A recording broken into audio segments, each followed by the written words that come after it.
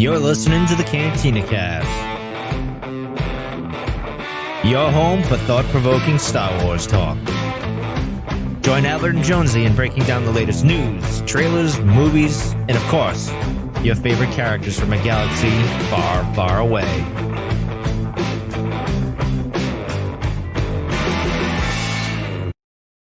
Hello, everyone, and welcome to the Cantina Cast. My name is Albert Padilla, and this is episode 355, The Mandalorian Season 2, Chapter 15, The Client. I can't believe I pulled that off without screwing it up. So thank you all for joining us on the live recording tonight here on YouTube, Facebook, and Twitch. And thank you to all our supporters for always being here for us. We're looking forward to talking about this one. It was a pretty darn good episode, if you ask me, and just the penultimate episode before the season finale, which we'll get here in just a week. And so to help me break all of this down is the one, the only Mr. Jonesy. Jonesy, welcome to, kind of sad to say, man, like the second to the last show here. Did I say the client too, by the way? I didn't need to say the client. Oh, man. Yeah, Music Train beat me to it. Oh, no, I just so great. And then you blew it at the end. I blew it. It's the Believer. I don't know where I got the client from. Wow, talk about like residual, like just memory that, you know, that's you can't dig out. But yeah, so we're talking about the Believer. How are you doing? Doing great, man. I'm sporting my Star Wars Christmas tree shirt here. I see that. So yeah, I'm in the festive season. What can I say? Awesome. Festive spirit of the season. There we go. See, that was perfect. Yeah. So you're usually pretty perfect, but no, I was getting ahead of myself here, honestly, and then I blew it by going, I have no problems, huh, guys? You know, yeah, no. But you know what? It is like some of the longest titles ever when we put it this way. Yeah, I know. What do we got? We got 1, 2, 3, 4. I mean, there's like 6 words in there, man. That's a lot for a podcaster to have expectations to get right every time. Look, I'll give Music Train credit there for calling me out on that. Thank you, sir. I appreciate that. So, Dante's with us. We got a number of folks with us that haven't chimed in yet, but yeah, we're gonna get to that question. Who is the Believer? But unfortunately, that's a question we'll probably get to you at the very end of the show. Because I think we're going to make the case in a lot of different ways for different people in this episode, which I'm going to go ahead and credit to Rick and Jon Favreau. But not to get ahead of ourselves, let's jump into this. We've talked enough about the news. That was a whole show, like a 2.5 hour show on the news. So go listen to that if you'd like. But let's talk about the Believer. This episode was, I guess, written and directed by Rick Famuyiwa. I say that right? Yeah, there you go. Yeah, bam. At least get that is. So written and directed by him. I think it was co-written as well by Jon Favreau, if I'm not mistaken. But yeah, give me your overall thoughts here, because this was, I mean, we hadn't seen him do much. Well, no, I shouldn't say that. We've seen him already a few times now, and he seems to fit the show really well. But I think this was maybe the first time he's done writing. And then if you could just tag in that with as well, overall thoughts, and then we can move into Bill Burr here a little bit. I really liked this episode, and I had a hard time putting my finger on it. I think it's really a couple of scenes that lock this one in as just a kind of an instant favorite across the series. And what's funny is this really, I mean, there's a lot of action in it, but the action's a bit, I don't know, flat in a couple of spots. But the Bill Burr scene was just amazing when he's reflecting on Operation Cinder, and I'm excited for us to get to talk about that again, blending the content from other mediums that we're getting that. And this is kind of becoming a thing, which is really cool. But overall, I mean, this was a really, really good episode. The only thing that was a little odd about it was last year we had kind of a 2-part finale. This one felt like a very contained story, very much like everything else we've had this season, where we've had, a mission to do. And this kind of was back on the mission aspect of things. I mean, I know we're setting up, but I was really surprised when he didn't go with them. There wasn't this natural segue into the final episode, which was a little bit surprising to me. But overall, really, really enjoyed this episode. It was kind of that depth that you look for in some of these shows that you don't always get. And I think we really got it this time, and it brought a lot to this episode. And I think it really made this episode worthwhile was the scene there at the Imperial base. How about you? No, I mean, again, I thought it was a darn fine, good episode. Pretty solid all around. I said this was going to be the calm before the storm. I had a feeling it was kind of getting to that point, but that's not to say it wasn't action packed. It's just, I think this is going to be light and day difference between what we see in the finale, of course. And so this episode absolutely had to happen because they had already said they were going to get Mr. Mayfeld there, and in order to do that, we figured, okay, well, that's going to take some time unless they're just going to go, oh, he's here, and cut to the next part of it. So we kind of knew this was probably going to happen based on how the last couple episodes ended. But yes, I think overall, I mean, solid direction. Some great camera work in this one by Rick himself, and I think we've said that now just about in every episode that he's directed. Bill Burr, again, very much like the Mithril with Horatio Sanz. Didn't really care for him that much. I mean, he was great. Don't get me wrong. He was well. I mean, I wouldn't say he was great. He was okay. Like he was probably the weakest, in my opinion, in terms of the ensemble cast that we had back in the Prison Break episode. I'm drawing the blank on the name now. Mm-hmm. But and I seeing him now in this episode is very similar to the way I felt about Mithril coming back in season 2. Like, it's a huge difference. I think he did an outstanding job. Very Really impressive in terms of even just his acting abilities. And everybody's talked about, he's a stand-up comedian and he's bashed Star Wars in the past. I don't think that was really personal outside of just it's his gimmick and his bit that he's going to make fun of geeky people, right? We were all used to that now. But yeah, I mean, outside of all that, like I just didn't expect there were brilliant moments in here. I thought where he really was painting some of the heavier aspects of Star Wars that we've ever seen, and to somebody like him to be able to deliver those as effectively as he did, I think is a testament to just his potential and how well he was able to play this role. So I can't say enough about him. I thought it was a great performance by him. It really was. It was so surprising to see because again, I don't know if he was the weakest, but he was definitely kind of, I don't know, campy a bit, maybe, with what we had in that episode. And the whole episode was a little bit unique and different in a lot of different ways. But this was so unexpected from him. And it didn't, just when we first meet him and see him in this episode, and we're kind of jumping in a bit, but it already felt a little bit different. You know, that smugness that he had has already been wiped off a bit. Which I really liked, and it started setting that tone really early on, and you already get this feeling that it is just a little bit different this time around. Yeah. All right. Well, let's talk about the episode. This opens up with the Carthon shot fields that they mentioned, which I mean that's a new thing. We've never really heard of those before. This was so cool, though. Oh, it was. I loved seeing this. The shot, just that wide angle, and being able to kind of take it all in was pretty impressive, and to see them, taking apart these old Imperial remnants of ships and whatever else, and you had the walkers in the background. I mean, this all makes sense. I was trying to really think about, okay, is this just like busy work for these prisoners, or is the New Republic trying to salvage what they can because it's still kind of early? It's the infancy, right? And maybe they're still trying to rebuild. I mean, the rebellion didn't have a lot to go with at the beginning or at the end, anyways. So it makes sense that they would probably be doing something like this. But great opening shot. We saw the droid itself. It looked very similar to the one that was on the prison ship that we saw in Rick's episode. And beyond that, I mean, it opens with, let's just jump into the to Boba Fett. When he's coming up on there and he comes out and you see that paint job, which I know there's been a lot of talk right now about, whether it was good, bad, indifferent. Some people liked it, some people didn't. Personally, I thought it was great. Like, I liked the new look. I think there's probably some symbolism in there as well. If you want to buy into, he's a different person now, not different, but just a more evolved person. Where this is a sign of or symbolism of him starting fresh or starting new, at least in some ways, some aspects. But I also like the fact outside of the paint job that he got done. I love that you can still see the Cad Bane bullet hole on the top, right? So that's hasn't gone away. And then on top of that, just it looks more like Mandalorian armor. And I don't know if that's a retcon.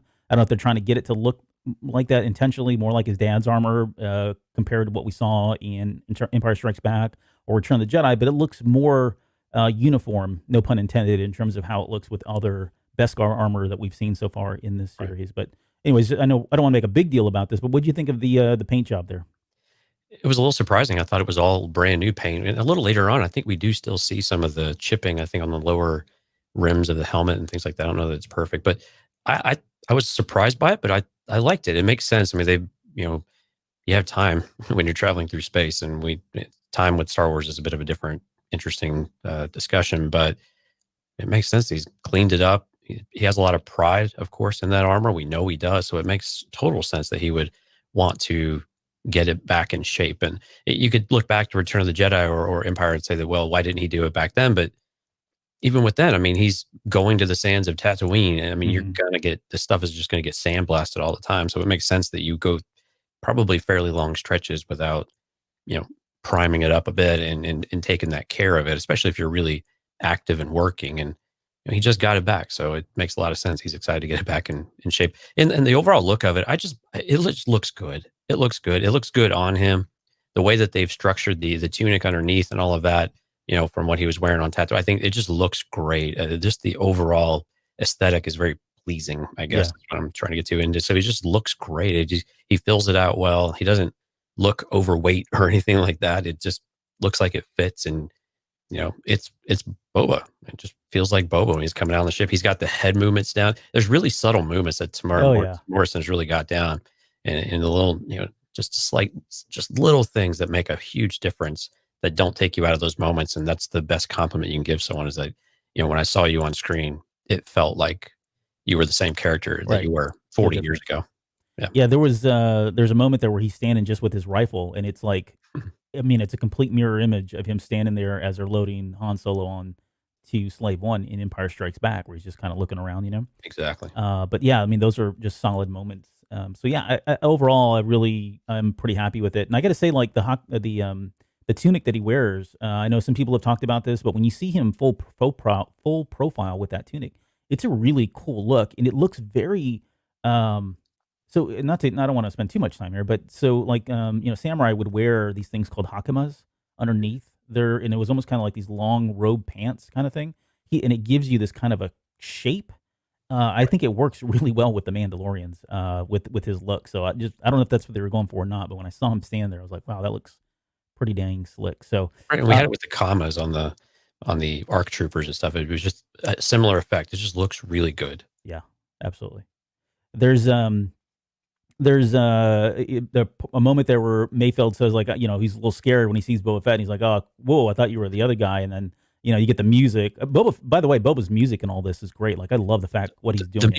The music in this episode altogether, I mean, it was just a lot of the Mando theme, but the drums and everything else, this was fantastic. I loved them. I mean, the music was noticeably good in this episode pretty much the entire way through. And it was I'm glad you mentioned, that it was fantastic all the way through from start to finish. It was just right. It felt like a finale music wise, which I thought was a great touch for an episode that might not have felt like a penultimate episode. Yeah. So I thought it was a really nice touch, and it did kind of put you in that mood a bit. And so Mando comes down, and it's obvious that they're going to need him to find and track Moff Gideon's ship. Right. And it's at that point that we were sitting there speculating, is this going to be a prison break? And after the show was over, I remember thinking to myself, well, that seems really uncharacteristic that they would go that far. And I think maybe the simplest answer was the correct one. They just, I mean, and this is the part. Like, again, there's all kinds of things in Star Wars that people can pick apart. This is probably one of them. I don't want to do this, but somehow, some way, Cara Dune is able to bend some rules or get by on technicalities within the paperwork for the release of him, and that's what happened. So, but I was more interested, or what I found more intriguing about Mayfeld throughout this episode was just how complex his character is, or the complexity that they gave him, right? The dynamics that they gave him, some of the layers that they gave him here. And this is where we get that first glimpse of it, because when he's talking about the Empire, he's like, hey man, that was a long time ago, like he seems almost defensive, like that was a former shade of me, and that's not who I am. Even though, yes, I may not be, I'm obviously in prison, and I'm probably a hired hand I've done some scrupulous things, but I'm not those guys anymore. And we got that sense of it here. And I don't think as far as I remember, I don't remember ever picking up that vibe in the first time we saw him, other than the fact that he was an ex-Imperial sharpshooter. But right. All right. So before we get into, after that, they board into Slave One, and this was like, if you ever had, I'm going to put Jackson's up here. My favorite part was seeing rotation inside Slave 2 or Slave 1 as it takes off. I think it's Slave 1 officially. I think I've seen that now just about everywhere officially, on Lucasfilm and stuff. So they've been talking about it as it's Slave 1. But if you had the toy, right, you knew that when you put the figure in, you had to pull that little lever to rotate him, and his whole body would go up to the top. And for the Right. longest time, we've always wondered, like, what did that look like? And there was a lot of back and forth in terms of, like, how many people can this thing sit? A lot of people thought it was only a few or five. I've seen as many as 16. We don't know all the entrails of of Slave One, but man, seeing that thing rotate the way it did was Yeah. just, I don't know. I mean, it was like being a kid all over again, just because it was finally a payoff for me of being able to visually see what Slave One looks like on the inside when it does the rotation that we're all we're all well aware that it does. But what Right. were And your thoughts there? yeah, it was such a nice touch because it was, I got to be honest, I hadn't even really thought about it. And it is just in the background. It's very subtle, but Mhm. it's very noticeable. And unless you're really thinking about this thing has to tilt up on its axis. I mean, that's clear, but you don't really think about the innards that change it around. And it was really cool seeing inside in general, because quite honestly, the cockpit seemed like it was a lot smaller when we see it in Attack of the Clones. Yeah. And this is actually a fairly spacious cockpit that has quite a bit of room and opens it up. And it seems like there's very two distinct areas to the entire ship, or probably more than that with a cargo hold, I'm sure. But I loved seeing the rotation. It was cool watching the gears kind of work, and you could even hear just a little bit of it in the background. And it was great that we got to see it a couple of different times too, which was just, yeah, I mean, things you don't expect to see that you end up loving. And it just makes sense and it works. Yeah. There was I think I mean, maybe I was just thinking about maybe he made modifications over the years too. Maybe the cockpit we saw in Clone Wars or Attack of the Clones was an earlier version iteration, and then later on he expanded because bounties went up and he needed more space to hold Right. whatever carbon free stuff. I don't know. So they're inside there, and Mayfield lets them know that, hey, or they tell Mayfield, look, we need you. You're ex Imperial. He says, I can do this, but I got to get to a terminal. And he tries to, he pitches this idea about, hey, if I help you guys, will you guys let me go? Which I think is obviously foreshadowing of ultimately what happens with him there at the very end. And he mentions that they got to go to Morak, that there's an Imperial mining hub there. And on Morak, there's a terminal that he can use to access. And once he gets access to that, he'll be able to get the coordinates for Moff Gideon's ship.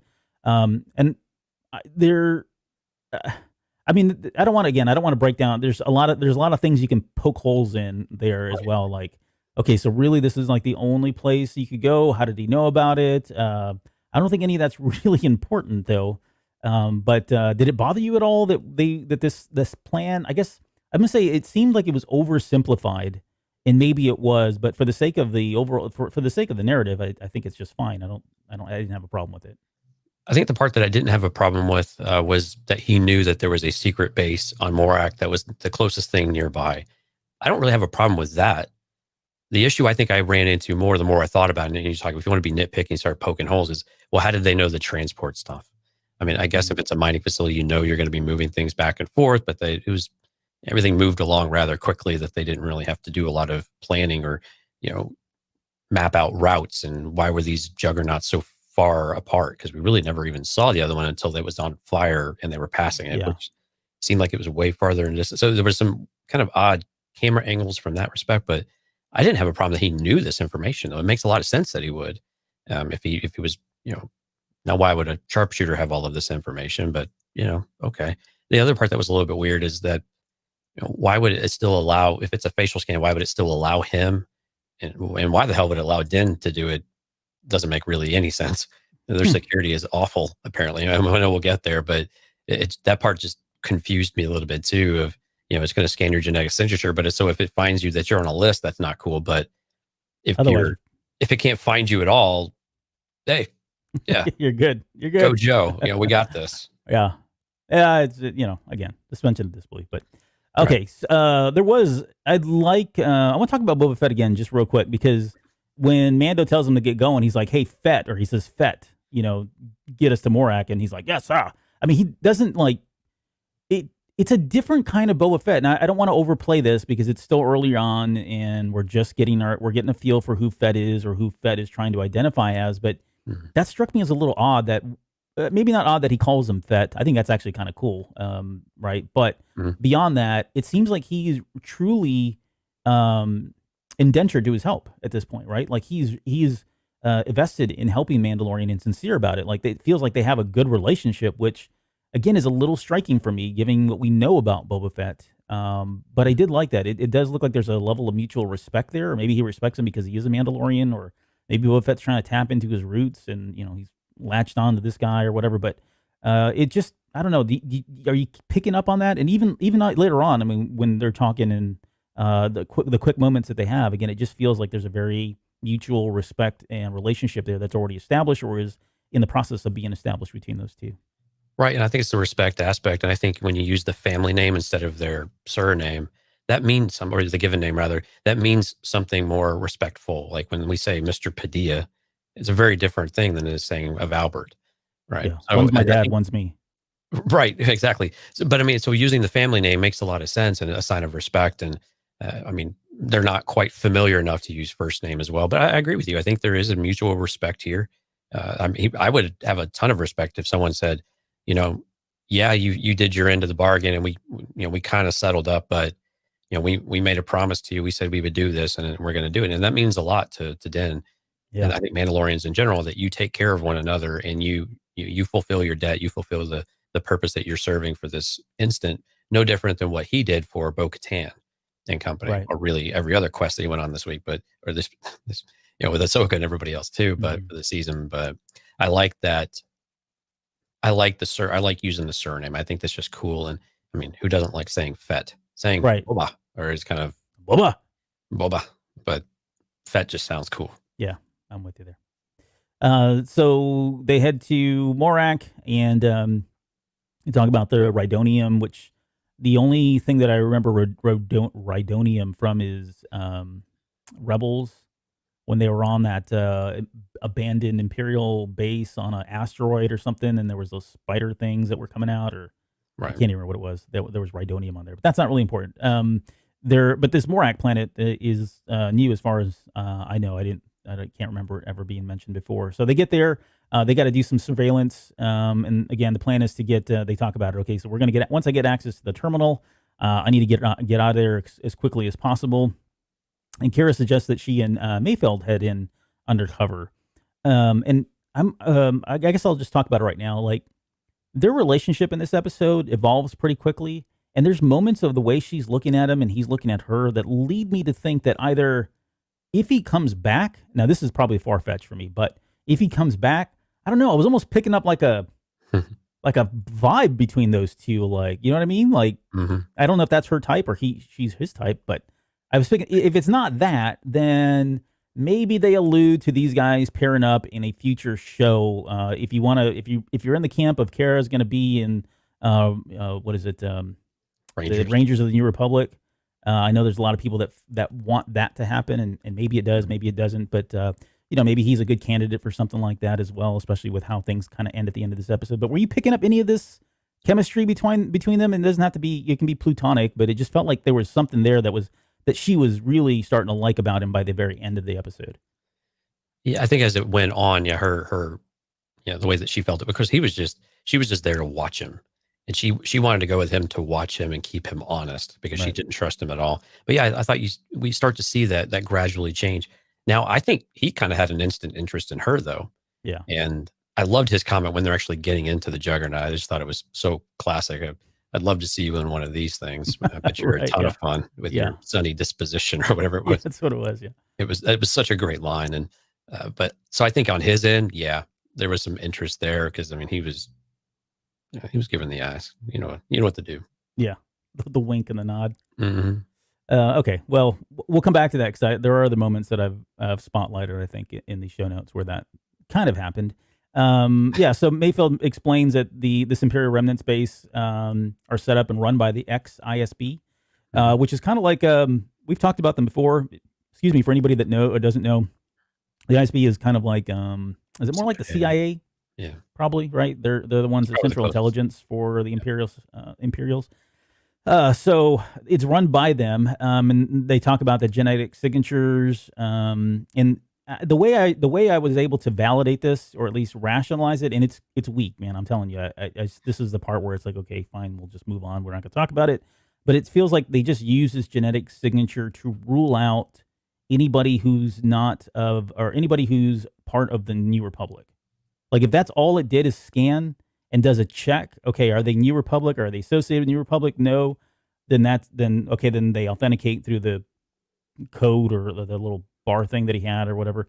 it doesn't feel like the most secure access, especially for something as like secretive or as something as top secret. You would think the clearance would be higher, or there'd be more leaves, or wouldn't it? Would be it wouldn't be classified, or wouldn't be even classified right now, right? Or declassified. Like it's something like it would. It feels like the location of somebody like Moff Gideon and the child would be at an extreme level for the only in the know kind of people, and not that something you would get right next to the cafeteria line. But Absolutely. I completely agree with you that there's a ton of gaps within here. And yeah, again, man, you were a lot better at this than I, because I was struggling to see how the heck they would have authenticating against a exception list is horrible security, of course. right. Either just don't have people in the database makes no, I just don't understand this at all. But yeah, that was the other part that was confusing.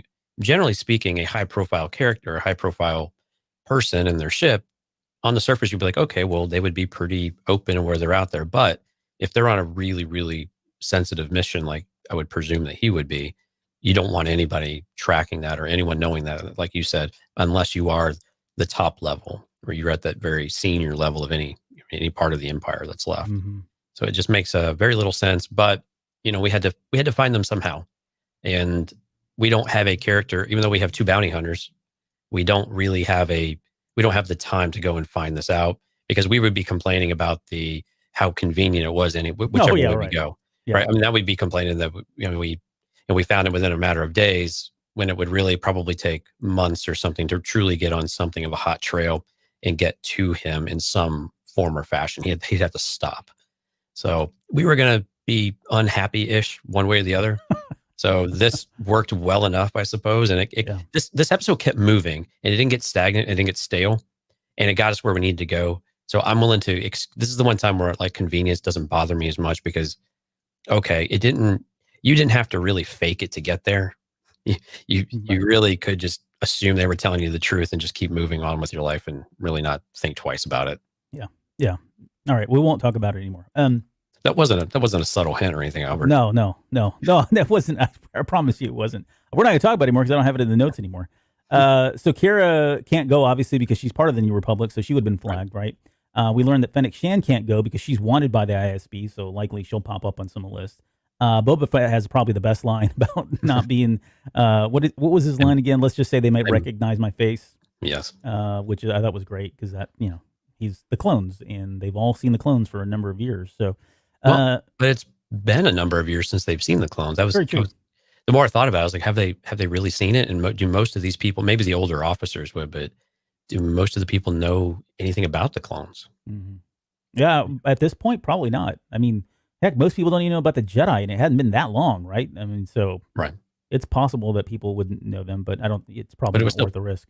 It was still funny, though. It was funny. And I don't know if you want Boba Fett being he's not really the charismatic, slick talking kind of character, right? He's probably going to shoot first, ask questions later, very much like Han or somebody. So probably not the best choice to take with you on something like that. But so Kira, like you said, she doesn't want Mayfield to go alone. She wants to keep an eye on him because she's worried he's going to turn and defect back over to them.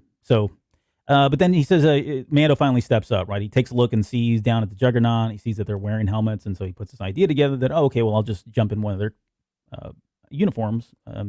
And he says, you're not going alone. I'm going with you, but I won't be showing my face. And when he said that line, I thought, yeah, right. Like the helmet's coming off. Like they were clearly signaling that this was going to happen, and it was a matter of time now, which is great, because I think this toys and pulls at a lot of the stuff that we just spoke about a couple of episodes ago here. So let's get to the Juggernaut hijack. I don't know why it slowed down. Again, convenience, but it slows down enough for them to jump in. And Kara does her thing. I thought it was great the way she bashed their heads in, and then she does that little blow of the hair back. That I don't know. That's just cool. I don't know why, but so what I liked about that fight, Albert, she didn't use her fists on the helmet to where we had to suspend that. She used her elbows, and I thought it was great how they choreographed that, so it actually made some bit of sense to where you were like, you didn't crush your hand on someone's metal helmet. Yeah, I mean, she's got those gloves too. She's got there's gloves. There's actually there's a Facebook page, and I shouldn't bring this up because I can't remember the name of them, but there's a Facebook page that's like the items of Star Wars or the props of Star Wars, something like that, where they go and take stuff in Star Wars and they show you where you can buy it. It's how I found my sweater from the Mon Calamari. that one sweater that he's wearing. I actually bought that. But anyways, the point is that they found the gloves. You can go buy them on Amazon, and they're the exact same gloves. And they've been modified. But if you look at those gloves, they have like this plating. Yeah, that's plating actually. It's not even like padding. It's got these plates in between the knuckles there. So, but to your point, she didn't use that part of it. She used the stronger part, which would be her elbows to break their faces in.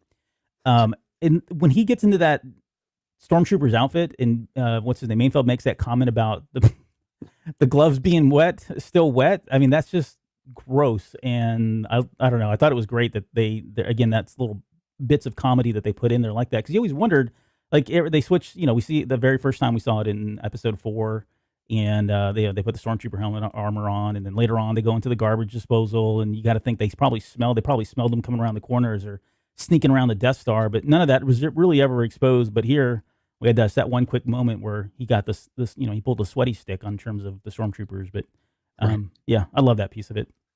And then they start ribbing Mando for being in the stormtrooper armor. This was great. Yeah. He says the shame. He said it was worth the price of admission. And then Kara says, "I wish I could say it looked good on you, but I'd be lying." And I thought his voice would change a little bit, but I guess not. I mean, it's, I don't know, universal helmet sound. Vocoder or whatever it's called. Mm-hmm. But yeah, so they get into the Juggernaut, they take off, and this is where we get what becomes the really deep, heavy conversation here, right? And it starts with him about, I guess he's placing more doubt, right? He says he can't sit. I don't know how you guys can see anything in these helmets, right? Like taking a little, just, chinking away at the armor just a little bit there, if you will, no pun intended. And he says, by you people, I mean, Mandalorians. And there's, like, throughout this conversation, he says other things as well that I think start to pull or take down Mando's guard, but he definitely seemed like he didn't really want to even talk to him about it. He seemed like completely, focused, not really he's not making eye contact, but he's not even looking in his direction as he's talking. In fact, I think he wants him just to shut up. Right. But yeah, I mean, I think this was getting to Mando here a little bit. Yeah, I think so. I mean, I was curious when he was sitting so still. I started thinking, is he even in the armor? Did he do something crazy and he's out somewhere else? He was that still. For legit. I mean, this happens in other shows. It's kind of a situation that comes up often. And oh wow, they're not in the armor, and you got to come out later and figure out how they did it. But yeah, he just keeps talking, and it wears him down. And then when they go by the kids and the families and the other destruction that they start seeing on the road, the mood changes a bit, and we start to see again this idea that the Empire and the New Republic. What's the difference? The result on these backwater planets, the result with these poor people and the people, the people who can't sustain themselves in the first place don't know the difference. It's whoever comes around and props them up that they get on board with. And that's why you have pirating, and that's why you have all this other stuff. So whoever's in occupation of the galaxy really doesn't matter. And Mayfeld did make it a very stark point that, look, and we've seen this point made 2 or 3 times now throughout all of the shows. And I'm curious where they're going with it, I guess. And are we going to have a moment of crisis where we're going to see the New Republic kind of break at some point, which we kind of had in Bloodline a while back. But so I'm really curious if we're going to have this really clear moment where we see something with the New Republic happen. And maybe this is more appropriate for Rangers of the New Republic or something like that, and not here. And we're just seeding maybe some seeds for the future. Yeah. But it's really starting to feel like there's got to be something that's going to give us this event that's going to change our view of the New Republic fundamentally. Yeah, he says Empire and New Republic all the same to these people. Invaders on their land is all we are. I thought of that, and same thing. I was picking up some vibes. Okay, maybe this is setting the stage for something a little bit later. I think we're going to see a lot of that in the Cassian Andor series in a lot of different ways. And then I thought of Solo, a Star Wars story, where they're on Mimban. Was it Mimban? I forget where they were, but the lieutenant says, eradicate the hostiles. And then Han says it's their planet. We're the hostiles, right? And that's when he gets kind of scolded and all that. But so this theme has been around for, just about ever really in Star Wars about who is a good guy, who's a bad guy. And this really plays on a larger theme about where Mayfeld goes a little bit later by saying, we're all the same. You and I are just the same. And it extends even into the stormtroopers a little bit later as well. But we're all just kind of human beings or people or beings of some sort, but our viewpoints are shaped by where we are and all that. So again, some really deep stuff that we were getting from here, and of all people, it's being delivered by the character of Mayfield. One other thing, just while we were talking about Minbot, another Easter egg reference to Solo was Mud Skull. I believe they said Mud Skull, and I believe that's what Beckett called all the grunts on the ground, these mud skulls. So that was a nice, again, I like it when Solo gets a little bit of love. Absolutely. He says somewhere someone is being is ruling and others are being ruled. Yeah. And he says, did all those people who fought for Mandalore have a choice? How are they any different than the Empire, right? And so again, he's planting these seeds of doubt in him, just chomping away here left and right. He does bring up one thing, and I don't want to take it literally, but he says, being born on Mandalore, you believe one thing, Alderaan, you believe another. Both of them are gone, or something. I'm paraphrasing here. He says, neither one's around. Yeah. And on a literal sense, you would think, okay, what happened to Mandalore? Is it truly gone? I don't think it's gone. Alderaan, we know, is gone, but I kind of saw this as Mandalore is gone in the sense that it's not the same planet anymore, because they've already said in a previous episode that, that place is a death trap or whatever. Who was it that said that one now? I forget now who was it said, but yeah, we got the sense that Mandalore isn't the same place. But anything to read into that? Do we really think it's gone, or do you think it's just him saying, it's symbolically it's gone? Or I think symbolic. Well, I mean, and probably from most people in the galaxy, the place is likely ravaged and just completely in disarray, and probably physically in rubble and all of that. And maybe there is a piece of it missing, right? Because we've seen this in other content too, where they've blown a hole or off the side of it, but somehow the planet really still survives of sorts. But I think it's more that in the galaxy's view, it was so ravaged, it's just not. I mean, we've seen this with chemical warfare too, where it's just not inhabitable anymore. Mm-hmm. And many people will just see that and believe, well, it's a dead planet at this point, even though it still physically exists. And I think that's the general premise of it, is that Mandalore, as we knew it back in the Clone Wars days, doesn't exist. Yeah. Even if it's maintained, even if it's just residents or savages at this point, it's, devolved back into something that's not even civilized anymore. Right. It's a shadow of what it used to be, a form of its former self, or a fragment of its former self in a lot of different ways. So at this point, I think we get probably the deepest line about, it seems to me your rules start to change when you get desperate. And upon further reflection of that line, there's a lot of meaning here. We know the Mandalorian. I think he was speaking obviously about the Mandalorian in the context of of this quote. He was speaking to the Mandalorian about his helmet, right? And he makes a good point. And it's probably things that we've all talked about or asked ourselves as well. Is it truly that he can't have the helmet off, or is it just nobody can see his face? And he says those things are very different, and they are very different. But I don't. And I almost took it as I was watching. If you look at Mandalorian at Mando Din's reaction. It's almost like it's being presented to him for the first time. Like, well, what? Yeah, it's a good question. I don't think I've ever thought about that. Right? Is it really just the helmet, or is it my face? And again, it's that doubt. He's feeding the doubt there, and I think it's lowering his defenses there a little bit. He's making himself a little bit more vulnerable. So, which do you think it is?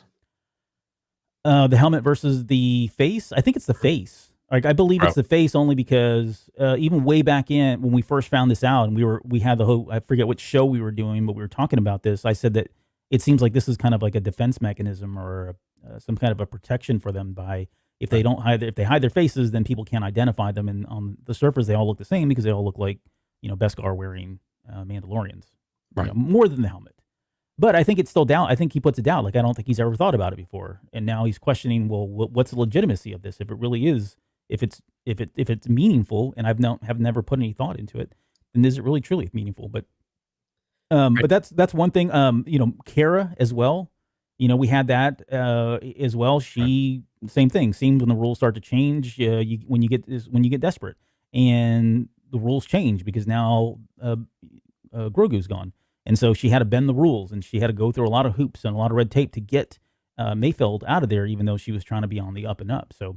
Right. And there's plenty of examples. I mean, we could do that. Could be a show, right, of where people have bent the rules in Star Wars or gone against what they truly believe in order for something to happen. I mean, Anakin's probably the big shining example of going against the Jedi Order here. But anyways, I've kind of rambled on about this. What just any kind of other thoughts here on that line?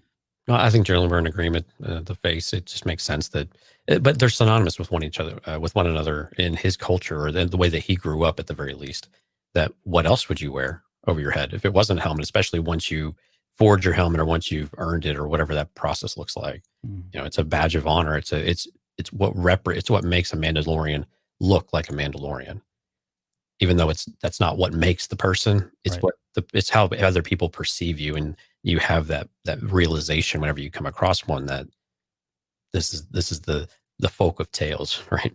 So, but anyway, so yeah, it's funny how you blend them so closely, but when you try to break them apart, you really think about what the symbolism of each really truly is, of what is the rule that you're trying to follow. And again, it goes back to what we've talked about a number of times, like what is the purpose of the rule? Right. What was behind it originally? Right. And if you're not living up to that purpose, then why even have it? Right. So, and I think that's what's kind of going through his head here. He says another line here says, "I'm just saying we're all the same. Everybody's got their lines. They don't cross until things get messy." Yeah. We've talked about that a little bit here. I mean, we see this a little bit later too. So what I was mentioning by, I think the best example I could think of when we did the Inferno Squad coverage, whatever show that was, it seemed like forever ago now. Yeah. When we covered that book, I think both you and I were really taken back by how real and how I'll use the word innocent those characters were, even though they were the Empire. I think it was kind of eye opening. I mean, we kind of always knew that. I know there's been always a lot of debate and talk about all the innocents that died on the Death Star that really had nothing to do with it. They were just workers trying to make a living, take care of their families. But I think that's what Mayfield was getting at here, right? Mayfield was trying to get to the point of we're all people and we all have relationships and we all, we have families. We have the propensity to do good for early on, but depending on our aspects, our viewpoints, and where we grow up, those are the things that really change us. And so we see that with the stormtroopers after they've gotten across the bridge. All of these guys are cheering them. And I've got some of the when we get to it, I'll talk about where they're saying, "There we go, bring glory to the Empire." One guy says, "I can't believe they pulled it off." Right? These are all things that people are saying, and those could have been the rebels, right? But they're not. They're the bad guys. And I think that's what he was getting at here is that we're all kind of just trying to take care of ourselves and the people that we care about now. And no one's born into evil, with the exception of probably Palpatine. But Right. we're all a byproduct of our environment and where we grew up and the people around us. So, and then it says the one line that I really liked a lot too was, as far as I'm concerned, you can make it through your day and sleep at night, you're going to do better than most. And that line's pretty impactful because I think when he shoots, and again I'm jumping ahead, but when he shoots that one Juggernaut and blows it up, that was his way to ensure that he slept at night, right? He did exactly what he said he was going to do to make sure that he could sleep, or he did something to help him sleep at night, knowing that there was one less Juggernaut and less Rhodonium around there, so something else bad couldn't happen to people. Right. It was the whole premise of the confrontation with Valen Hess as well. I mean, that was why it was important for him to have those moments and setting the stage for both of those actions to play out for us. But yeah, we'll resist jumping ahead. Okay. So they're on the route. We get the two Juggernauts that were destroyed. We see them on the side. They're flaming there. And then we get the skiff with the pirates, which I didn't really, when I see them, I mean, they say pirates a couple times. If you listen to the descriptive text or the descriptive audio, they say, what was the word now? They didn't call them pirates. Raiders is what they called them. They said they were raiders, which either way, even then, I'm like, I don't know if they were raiders so much as they were just probably people that were oppressed by the Empire. And I know people have been questioning, why would they just blow it up? Well, I mean, if you're in a guerrilla warfare and you're just people that don't really have, I mean, of course they have a lot of thermal detonators. I have questions about that, but the, blowing these things up as they're going by is just prolonging them. Right. And ensuring that that's, maybe they're buying time for somebody else to come in and blow this base up and not have to worry about it. So they'll do whatever they can to sabotage and just wreak havoc on the Empire if these people were truly just natives or people or native or locals that were being oppressed by the Empire, which you got to think they were based on how they were acting.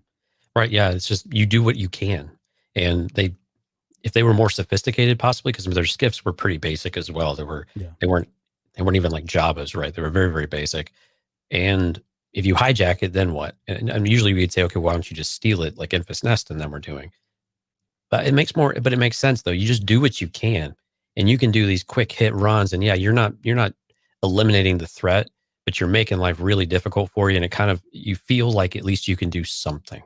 And I think that's, again, whatever helps you sleep at night, and knowing that you're doing something and you're putting yourself at risk in order to, try to drive these people out, or at least make life exceptionally difficult, then at least you feel like you're contributing in some way, and you're not just taking it on the chin day after day. Right. And when they come across you, they just steamroll you. Right. Rolling over. And, right. And I was surprised when Mayfeld slowed down when he got to the village.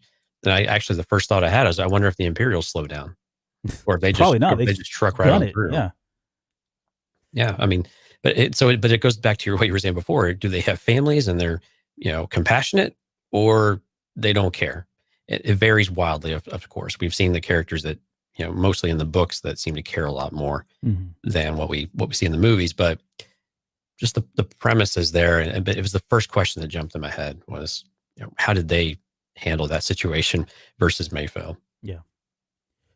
So we jumped over this. I want to come back to it just really quickly. They held on, like Rick holds on to the kid that's sitting there, and he's got the yellow sash around his neck. And it stands out because that color is not used no one else really has that color around them, and it's just so dominant and predominant around his neck. I was looking into the symbolism of yellow. Usually it means hope, is kind of what it inspires, or faith.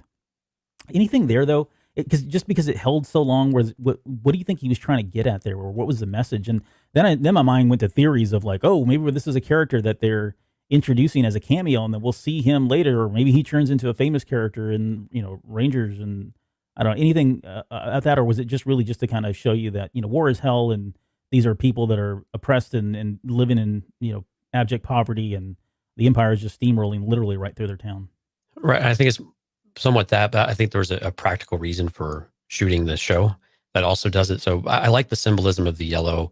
And I think it does mean that. I think there is a part of that is very representative. I think practically it helps that character, helps you focus on the character as well, and not get lost in the background, because the characters, they're the way that they're dressed, and with the backgrounds and with the dirt and with the buildings, you get a little lost in there with how well you can make them out. And if you want to draw your attention to something, you do something.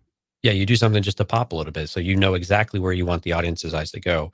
So from a practicality standpoint, that makes a lot of sense. But I think also the despair that you see, and with the contrast of hope, around the neck, and people like Din and even Mayfeld in this case are that ray of it, even though they may not know it. So it is an interesting kind of dichotomy that way. Yeah. There's okay, so back to the skiffs. They take out the first skiff. There's two more that shows up. He runs out of bullets, and then we get to see him using a spear, I guess.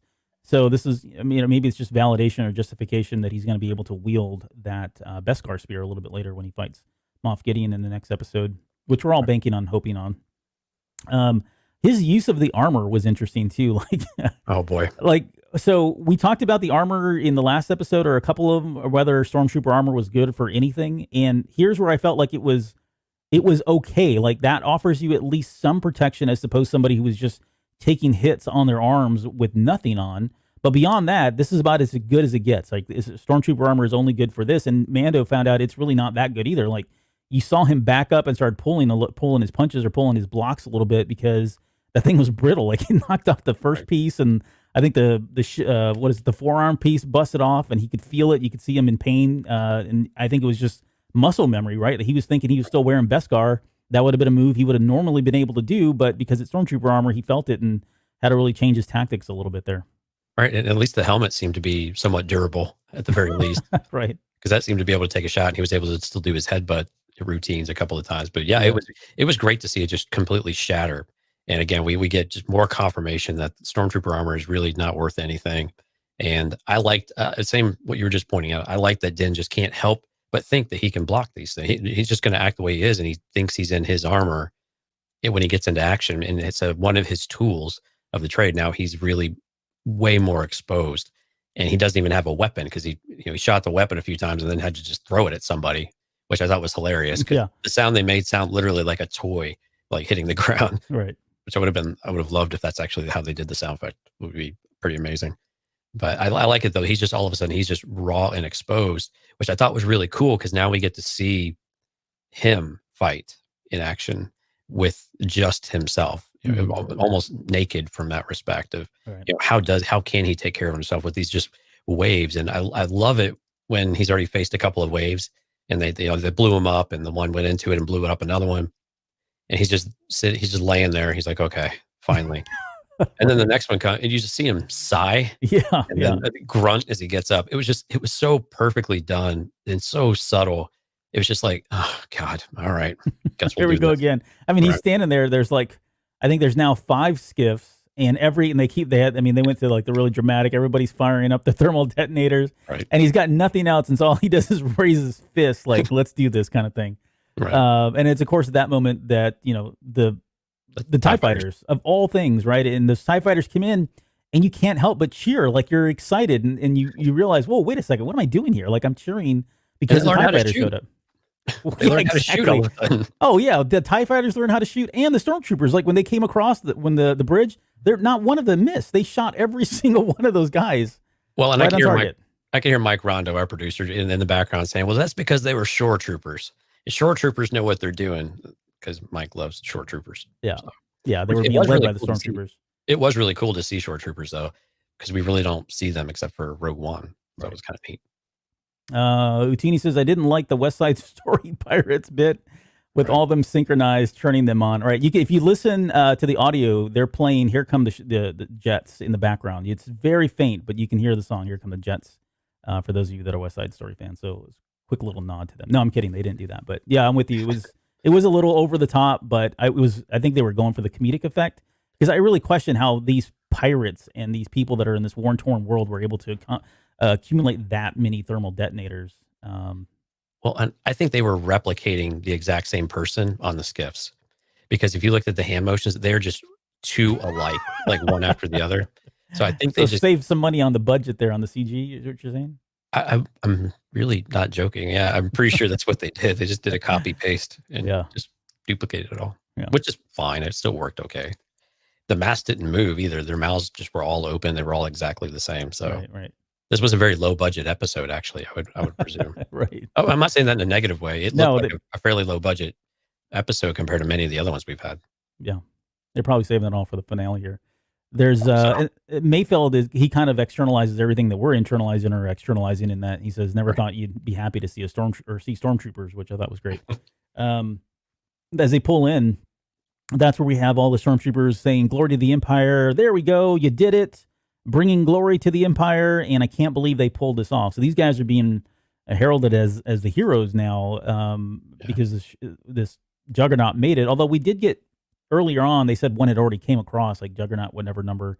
So it's not uncommon for these things to make it, but it does sound like normally they don't. And we saw pieces of them on the side of the road, so it looks like this is a big deal for them too. So it was cool just to see all these people cheering them on, and again, it humanizes them in I don't mean physically or, physically or literally. I just mean we never really think, a lot of times we don't think of the Empire as being humans or being good or having the propensity to be able to cheer people on or have good thoughts, right? I mean, this is just, they're supposed to be evil, but yet here we are, which I thought was good. So, and it was very similar to what we see at the very end of A New Hope with Luke getting out of the X-Wing and all the cheering. And also when in Empire, when, the first transport's away and they all everybody cheers.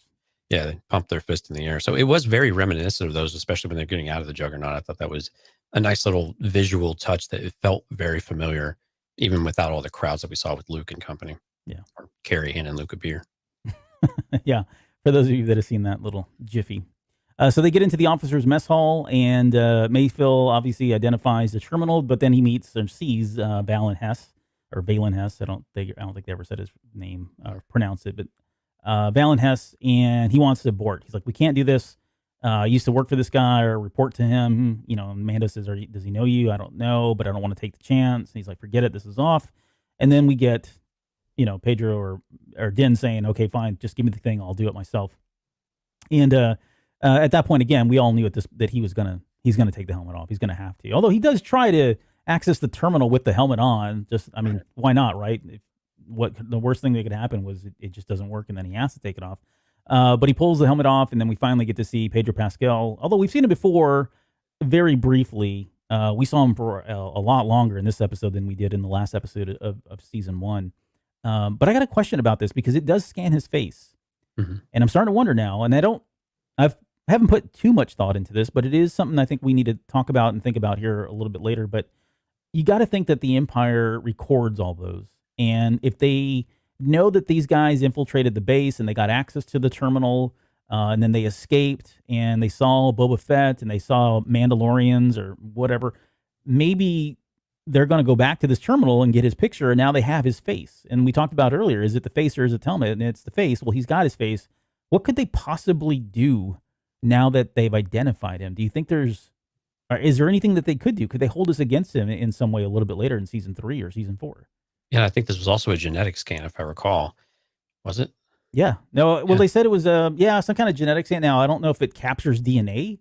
We don't know the Star Wars tech behind it. Right. But yeah, I mean, there's clearly a fingerprint here or a pattern that they could use for something. I can't put my finger on it, but it just seems really, really risky that his face now is out there. So, although they already knew who he was to begin with. But go ahead, sorry. Right. So, but I think, yes, they can do extreme damage to him if they did this. And just think if there was a wanted poster with his helmet and then his face next to it, and that gets out to the Mandalorian clans that he has been a part of. Right.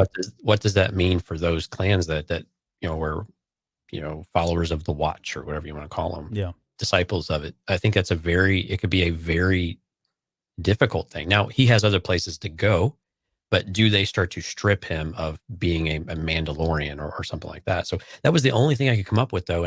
But the more I thought about it, I was like, man, that could be very damning for him as far as his identity. Yeah.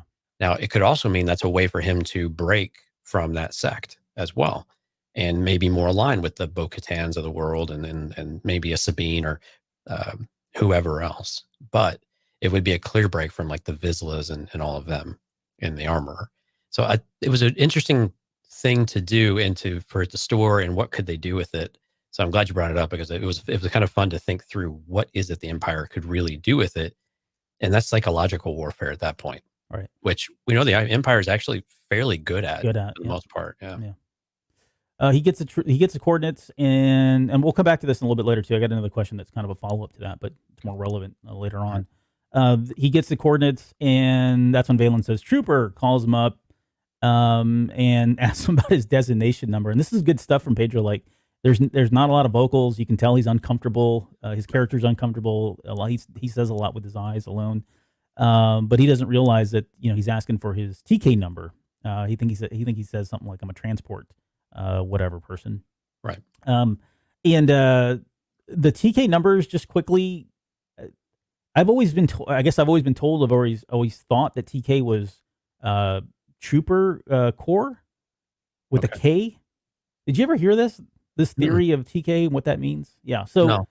So the idea is that it's Trooper Core, but because the Empire, this is like I want to say this goes back to like maybe the 90s that I first, so maybe it may even predate that when I first heard about it, but it was in the 90s, early 90s. But because George Lucas had based the Empire on Nazi Germany, that the K's were C's, and so this again, it's probably more rationalization than anything else. But that's how they got Trooper Corps, KORPS instead of CORPS. And because other than that, like what word do you use for K if you're trying to give an acronym to TK? Now later on, for other Imperial units, they came up with more naming scheme of sorts. Yeah, a naming scheme, right? A naming convention. Yeah.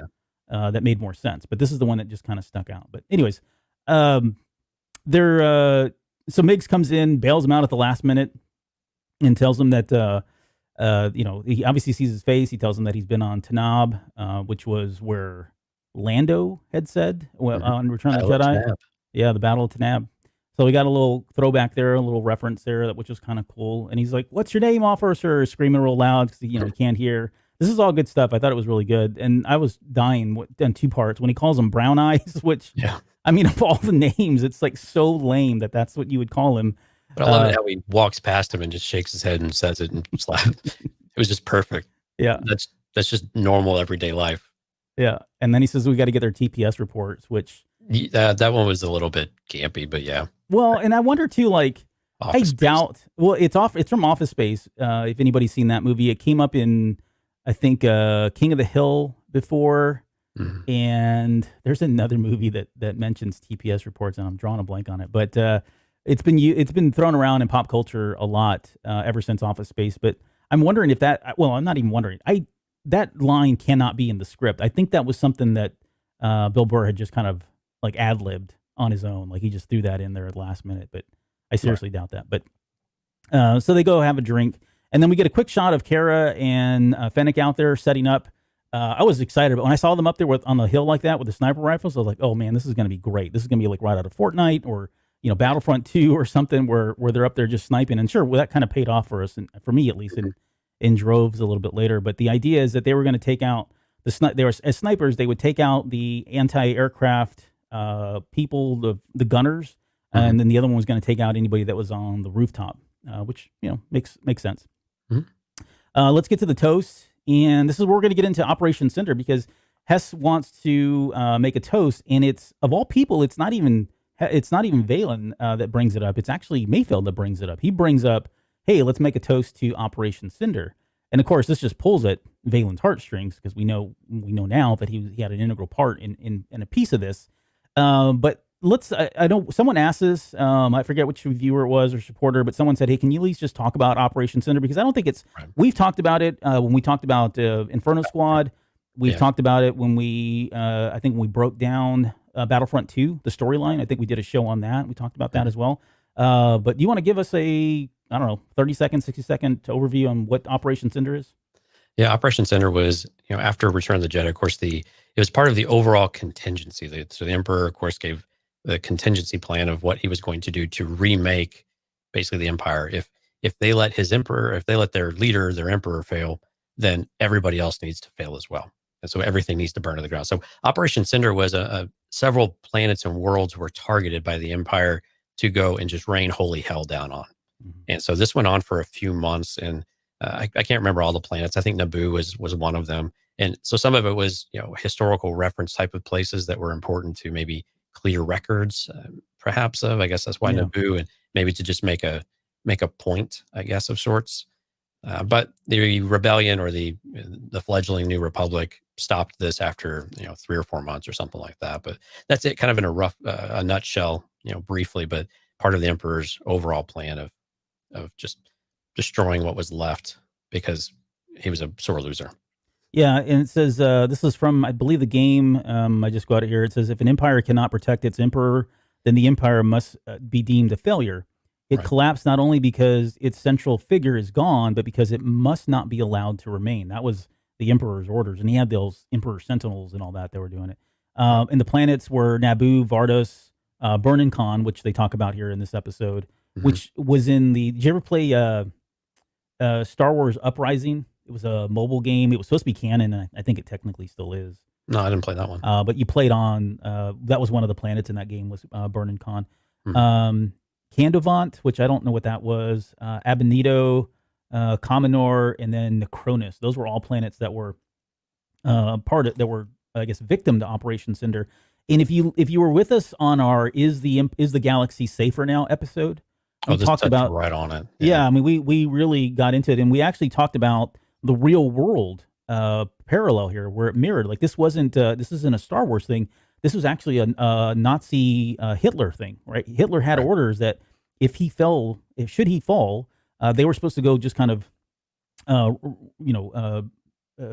scorched earth kind of thing. They were supposed to burn buildings, sacrifice themselves, whatever they needed to do, just to ensure that the Allies were not going to be successful or would have a harder time being more successful. So Star Wars lifted that right out of real world history during World War II, and this is what became Operation Cinder. And I think the part of it that I think is some people are getting lost on is that not only was it, and you can see it in the background here, they've got these satellites that they positioned over these planets. Right. And to your point, they were kind of key planets where they had, not only did they have their the people that they were ruling over, right, but they also had their own bases there. And Operation Cinder said only the worthy are the ones that are going to be able to live on when the empire is rebuilt. And so he was there. These satellites were laying waste to planets and people, their own forces. Like they were killing their own Imperial forces and doing so for the Emperor, and which is what Valen says a little bit later. He's talking about, hey, we lost a lot of lives there, and he's almost kind of he's being insensitive about it, really.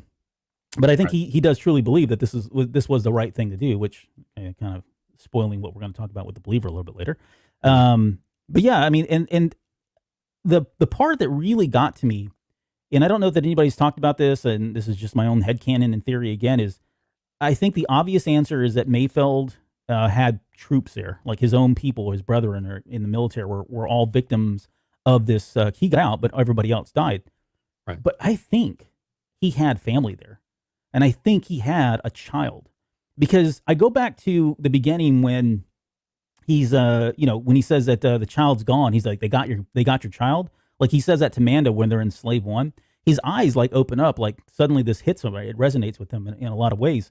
But when he starts really talking about the families and he starts talking about that they deserve to die, I think I want to say, I want to bet he had a wife there, or he had a child there. And not only did he lose that, but he lost his whole family. And that's probably why he went forward with helping the Mandalorian on this mission, because to him, it's he knows what it's like to lose a child of some sort. But again, this is like, I'm reading probably way too much into it, but I think that would give that character even a deeper purpose and a deeper meaning, and really kind of justify his actions, because he says that he had a lot to get off his chest. But as that conversation went on, and again, this is Bill Burr's character, his portrayal, like he really, you can see it building on his face and him getting the point. At one point, Mando looks at him and is like, don't do this. Right? He knows something he's going to pop. He's going to trigger. This is like PTSD all over again for him. But yeah, I just felt like there was something a little bit deeper there than just the people that that died with him along that. So what are your thoughts on that? Yeah, I hadn't considered that either. He mentioned that I served under you during that. So he was clearly on a mission when Operation Center was going on. Now, what was curious of whether he was supposed to be carrying it out or he just learned what it was later, which is kind of an interesting dynamic. But I think we see this with the military in general, though, these people become your brothers and sisters, and they are your family of sorts. It was interesting to consider that the Imperial people had families, period. I mean, it makes sense that they would, but you never really consider it, though. Yes. Because they're all workaholics, right? They just have to work all around the clock. Not by choice. Well, some of them will probably choose to. But I kind of looked at it from that familial aspect, that these people around you are your family. They're your brothers and your sisters. Your officers tend to be uncles and aunts and parents and things like that. And it's this family you have. And whenever you have someone just completely betray you're supposed to be on the same team. And then when they completely turn their back on you, and then they want to eliminate you for no good reason, except you can even die a respectful death on the planet. No, your own boss is basically pulling the trigger on you. Mm-hmm. I mean, that's just the worst kick in the gut that you could ever imagine, and seeing everyone around you go. I'm curious how he survived, actually. Yeah, right. What's the story there? Right, yeah, because I mean, clearly they made a mass killing on this thing. Right. So they either executed all the way or they got pretty far into it. So I'm really curious how Mayfeld actually got out of this thing, because it doesn't really seem all that clear to me that, if everyone around him died, or most people maybe, but maybe he was, injured or something like that, and he was able to get into a bunker. I mean, there's a lot of things you could go with that, but regardless though, clearly it had this really dramatic impact on him in a very lasting way, that we had all of a sudden it has just dug it up, and it's right on the surface. And the intent that he has, over the focus he has on Hess, is just unwavering. Yeah. And the only time he looks over to Din is whenever he's basically looking at him and telegraphing to him, I'm going to lose my, what, right, on this guy, and just be ready, more or less. Like, I'm not going to stop myself from this. Yeah. Yeah. Man was just like, yeah, exactly. I mean, he had already crossed the threshold. There was no turning back at this point. He was just waiting for the opportunity, waiting for one final thing to be said that would, be the final trigger. Right. And Hess is unknowingly egging him on. Yeah. Because originally when Hess first starts talking about it, he was like, that was a rough day. I had to make a lot of decisions I wasn't comfortable with. It was almost one of you kind of have that sympathy for him, that he had to make a call he wasn't, he felt bad about. But then all of a sudden, and I think Dante was in there, that he had kind of this, maybe not got his jollies, but this pride that he had carried forth the emperor's plan, and this zealot idea that you have, and basically trying to celebrate the death of these people that was part of a plan to annihilate everything that was impure and unsuccessful with the empire, and they all died heroes and that kind of stuff. And we've heard these types of things before, because we got this from Leia to Poe. Yeah, dead heroes. Mm-hmm. Right. And it was very reminiscent of that scene, at least in the talking points a bit. But it was really interesting to see that arrogance come about from Hess, only at the very end be like, "What's your point, boy?" Yeah. That kind of thing. Well, so part of that is, I think it's outlined in Operation Cinder. So Operation Cinder said that only the worthy would survive all of this, and only the worthy would be part of the new empire once it was rebuilt. And so I think the arrogance comes from that. Like, hey, I had to go through with this. I went through this. So did you. We're all still around. He mentions that they're all eating themselves alive down there still. I think he really believes that he is, part of this, the worthy that are going to be able to build the empire. And there's some pride in all of that, the emperor is going to restore all of this and look favorably upon them, because they've been able to live this long and they're still carrying out the orders of Operation Cinder at this point in some way. So that's probably where some of that is certainly stemming from. There's another line. He says the New Republic is in complete disarray as we grow stronger. And I wondered if that was like propaganda, if he really truly believed that the New Republic is in disarray. I don't know if they'd be in disarray so much as they're probably just in their, well, I don't know. I got the sense that they're trying to get their legs and figure out what their role is and how do you recover. This is all things that we talked about during the Is the Galaxy Safer episode. But I don't know. It seemed like that's probably a propaganda line that's being pushed and regurgitated throughout the empire, just because I don't think they really realize that these guys are about to go extinct and they're about to all pick up and head out to Exegol, right? Because they need to rebuild and they can't be hanging around here at this point. Right. And I think it's probably propaganda the way that he says it. It sounds like he's been brain trained and all of that, or whatever. I forgot what the words that Katie used to share with us way back in the day on the psychology episodes. But still, there's something to it, though. We know the Republic is struggling. We have this view of people that the Republic isn't all that different. They still don't wander out to the Outer Rim. It doesn't care as much. They're stretched thin. We know from the books, like from Bloodline, that there's chaos in the Senate, that they're not functioning well. And we know that there are these challenges already happening. Now, we keep debating how close we are to this moment at this tipping point. But from the Imperial side, they've already felt that momentum grow. And as often as we've seen the Empire, it's difficult to, while we don't see them at their strength, we see them a bit fragmented. Mm-hmm. Clearly, they are still surviving, and clearly they still have moments where they are probably thriving in some areas as they get ready to make their move into the unknown regions, when they get their call to move the unknown regions. Yeah. So I think there might be some level of truth to it, but I firmly agree with you that there's clearly some amount of just propaganda that's spewed into this. But the officers have to believe it. Long live the Empire. We saw it with the few episodes ago, that this zealot mentality, those are the only ones you want to keep, right? You want to keep the ones that have undying and unfaltering loyalty to you. Yeah. And man, they sure as hell have it. Yeah, this guy definitely has it. And I think it's kind of cemented with that line of, you see, boys, everybody thinks they want freedom, but what they really want is order. That's like Empire 101 right there. And he says, and when they realize that, they're going to come welcome us back with open arms. And it's at that point that he says, to the Empire, and Mayfield shoots him. Which, right.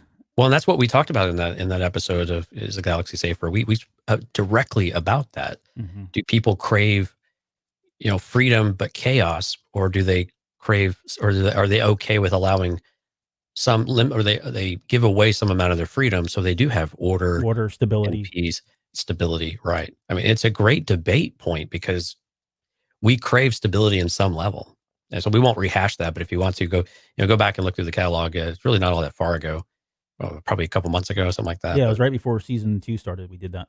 Yeah, so go listen to that one. It was a great episode, and it was a lot of fun to debate that one. If we do say ourselves. Well, yeah.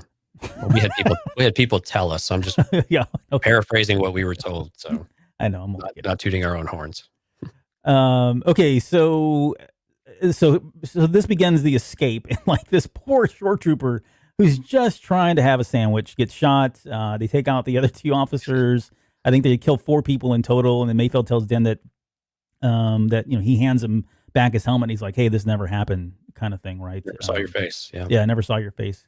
It was a great moment. It was a great moment of him acknowledging that he did this for him basically, and he will give him the same respect of giving back the helmet and not claiming he ever took it off. It's yeah, great. I mean, he event turned his eyes like to gate his gaze, avert his gaze. That's a great observation. Yeah, I'm glad you said that because that's absolutely true. He kept looking forward and gave it to him. We get the gunfight that starts at this point. They bust open those blinds. They make their way out. Very Padme Amidala from Phantom Menace. Phantom Menace. Yeah, that's what I was thinking. I was hoping they would use the cables or whatever that thing's for. Right. And then Fennec and Kara start their sniping session, which I thought was awesome. Fun. Like it was like right out of freaking Battlefront 2. The way they were working, and they kept showing it, and the headshots coming in and all that. So there was good stuff there. The communication was a lot of fun too. I think that was what made it. Was they were just. I wanted more of that. Yeah, I wanted more of them like syncing and like calling each other shots, and 2 up there, 1 down there. I mean, that would have been just. They could have done that for like 30 seconds, and people would have ate that up, I think. I agree with you on that one. I wanted more. Expected more, actually. Boba comes in to save the day, which, again, never thought we'd ever say that. Comes in, they jump into Slave One, and then that's when Mayfield calls for the Tusken Raider rifle, right? And those things, there's a lot of people have been asking, like, how is that even possible? Like, and I don't know. Those shots they can have explosive rounds in them. So once you get past that, then okay, it's probably not a far cry to think that if he places a shot just right, and if he would probably know, being ex-Empire and being a sharpshooter, he could pull this off. He would know where a weak spot was to kind of blow it up. No, he hit the Rhydonium. Is it what he shot was a Rhydonium that exposed that way? The tank. In both of the transports, it was open, and you could see the Rhydonium just in there. Oh, I didn't catch that. The red canisters. So that's what he hit. That's why it ignited. But still, we've seen the accuracy of these rifles before because we saw it with in Phantom Pod Racers. The pod racers. They're taking crack shots there in crazy speeds, right? So right, it's not a every man's rifle. This thing has got some packs of punch, if you will. So Kara mentions that she was impressed with the fact that he did what he did, and then I also want to say Mando says to Mando, we all need to sleep at night, right? So going back to that line of, okay, he just had that whole conversation with Valen Hess. He finally got all that stuff off his chest, but at the same time, he knows if they just left, right, nothing changes for them. That someone else is going to have to go through this. Someone else is going to fall victim to Operation Cinder, much like him, his fellow Imperial officers or people that he worked with, or if you want to go down the path of the family theory, that's all going to happen again. And so he has to be able to sleep at night. He can't leave this situation letting things be as they've been. And that's why he takes that shot, is to blow it up. Like he even tells Kara, that wasn't originally going to happen. I just had to get some stuff off my chest. So we get the TIE fighter pursuit. The 2 TIE fighters show up, and man, I'm telling you, like as soon as we saw this, we knew it was coming. We knew it was coming. When we saw Slave One, I think I mentioned, I was like, this means we're getting a seismic charge this season, guys. They're gonna do it. It's almost like you can read Filoni and Favreau and what they liked. It's a lot of what we liked, and if it was us writing it, we would have wrote this in here as well.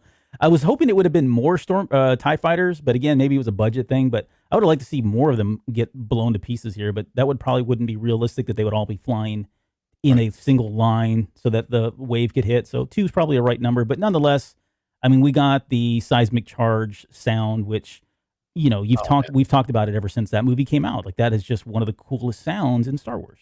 Oh, I cranked it up, and I'm not even joking. My hands were up in the air, and I was cheering. I am the most quiet person with excitement with shows and movies and stuff. Yeah. I'll have all my excitement inside of me. It all came out with this moment. I can't even describe to you what I was like, almost with tears. I was so happy that it happened because I really didn't think they were going to do it. I was like, well, nobody really remembers that. It's just us, sound nerds. And no, it was amazing. Yeah. But I was with you. As soon as he touched over the pad, I was like, oh, whoa. And then they showed the back. I was like, oh, it's happening. Yeah, as soon as it opened up and you saw it there, you're like, let it go. And yeah, it was just great. Oh man, but arms were raised. I It was know. exciting. I'm getting chills and goosebumps just thinking about it. I I'm sorry. want them This to. is really weird for some people I know, but Yeah, well, oh well. This is awesome. there's that's a great show. There's I'm kind. There's a part of me that wants him to continue to use them again. Like I don't think that you could ever get tired of them using these. I don't know how many he has or what the Right. practicality of them is. It feels like it's got to be a certain situation in which they can be used. Right. But there's plenty of other things that Boba Slave One that can do that we haven't seen yet. Like we haven't seen him fire those guns. Where Boba yells when he's a kid, fire! That whole thing. We haven't heard. Yes, that. But the shot, just the way Slave One fires, the rapid succession of those shots is like that was iconic too. Like that whole scene was just a feast for your ears. But I'm looking forward to that. So hopefully we get some of that in the next episode. Like I really want a multi-layered battle that we're used to in Star Wars, where you've got Din. Well, hold on, I'm getting ahead of myself. We're almost there. We'll get to what we want to see here in the next episode. Okay, so they regroup. Mando thanks Mayfeld. Mayfeld says, "Good luck getting your kid back." And this is where I felt like that was kind of a, why that he said that again is just for me validates that he probably has a person that he's lost to him as well as part of Operation Cinder. But Mayfeld's like ready to go back, and like he puts his arms out, ready to be cuffed, and then Kara decides that it's a shame that prisoner 34467, or was that the number? Something like that. They said it like 8,000 times.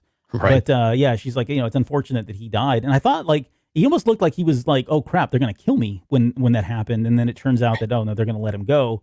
And he's like, I'll go right now. Like, no questions asked, that kind of thing. So he finally does leave. Why didn't they ask him to stay and join the crew? I don't know that he would have been. Well, okay, so this is. I don't know that he would have been effective. Theory. Well, the theory is just is kind of simple, right? The simplest explanation is I don't know that they wanted to have him along because they would have to be hiding a known convicted felon at this point, right? They're going to have to hide him. They can't have him out there exposed. They would have to alter his appearance, throw him in one of Fett's, weekend armor suits or something. They'd have to do something to keep him hidden because he's wanted by the New Republic. And if the New Republic sees that they're harboring a felon like this and that Kara went through all of that, I think it puts her at risk. There's just a lot of risk there. So the easiest explanation that I think is just one, he wasn't suited for the battle they were going to go to. I don't know that they felt like he would really be able to provide much. Maybe. I think he's proven himself, at least in this episode, but I think it was just the fact that he's still a felon that they didn't want to bring him along. Yeah, and I thought maybe it was more around being able to trust him. The reason why clearly he is a loose cannon, so to speak, but he got swept up in emotion. So he did the right thing because of emotional attachment to this specific situation and this specific person in particular. So they weren't genuine, I think. They were genuine from that respect, but they weren't some greater cause to where they could truly trust him and believe that it was someone that they could rely on. But it kind of felt like they turned a corner, though, as well, especially when they gave him his freedom. And I thought once they gave him his freedom, I thought it was going to be like, well, hey, do you guys need some help? And they clearly do need some help. And I'm less concerned with some of that because how the entire empire doesn't know who these band of people are by now is just beyond me if they don't know who they are. I mean, if Gideon knew who they were at the beginning, so why don't they have their faces plastered all over everything? So every planet they go to is, on the lookout for them, and you've got bounty hunters just, crawling all over them. But yeah, but I figured they're going to make it a beeline to where they're supposed to be this time. Yeah. There's on that note, Kara says, hey, what's our next move, or what's your next move? And then we cut to the bridge of Gideon's ship. And, this is, if you watch the recap, right, or whatever, I forget what it's called now.